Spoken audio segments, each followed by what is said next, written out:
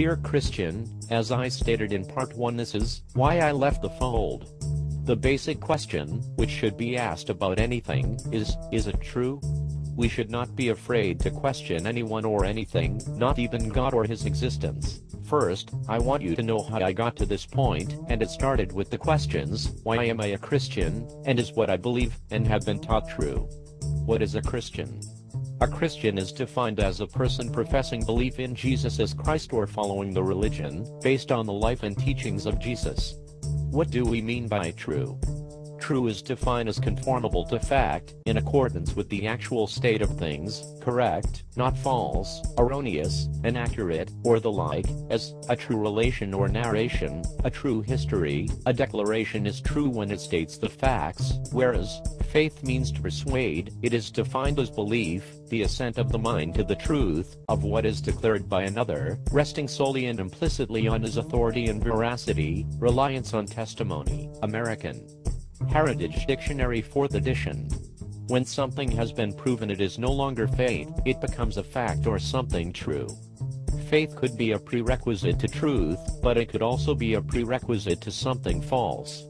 However, faith is useless if it cannot be testable. That is, I have an idea of something I think is true, I believe or have faith that it is true. When I think of a test for my idea, then it moves from faith to something that is true or false.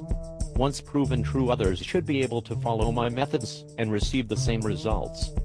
Faith is not truth, and it is useless until it can be proven.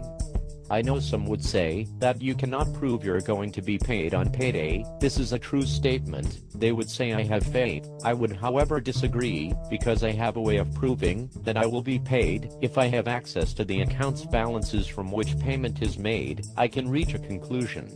Also, I have past experiences of being paid, and this is another form of evidence. Now compare this to faith on the religious viewpoint. For example, Christianity claims that Jesus is coming, or also it claims that if you believe on the Lord Jesus you will be saved. Can these statements be proven? What evidence, both past and present, do they present? Therefore, until there's a way to test or prove these claims are useless. I grew up in church, believed and was baptized, and yes, I spoke in other tongues or languages, and I have experienced things in those times that seem miraculous. However, people of other religions have experienced similar things, believing in different gods, and so my experience was not necessarily unique. Every culture has stories of miracles and changes in consciousness that has led to trances and mystical experiences. This may also be because this was my training and environment. Children often adopt and imitate the behavior and beliefs of their parents. I know people who grew up in churches that did not speak in tongues, and they never have, and so the environment determines the kind of expression the congregation displays. I grew up in a church that did speak in tongues, and so in this environment I did as well. The particular religious faith or revelation which the average man accepts depends upon the accident of his birth. Religious faith or revelation follow geographical lines. If we happen to be born in Europe or the European colonies, which the United States is, we adopt one of the many varieties of Christianity. If in the Middle East, Islam. If in China, Taoism, or Confucianism, or Buddhism. If in India, Hinduism. If in Western India and Central Asia, Zoroastrianism, etc. And each religious faith or revelation claims divine origin.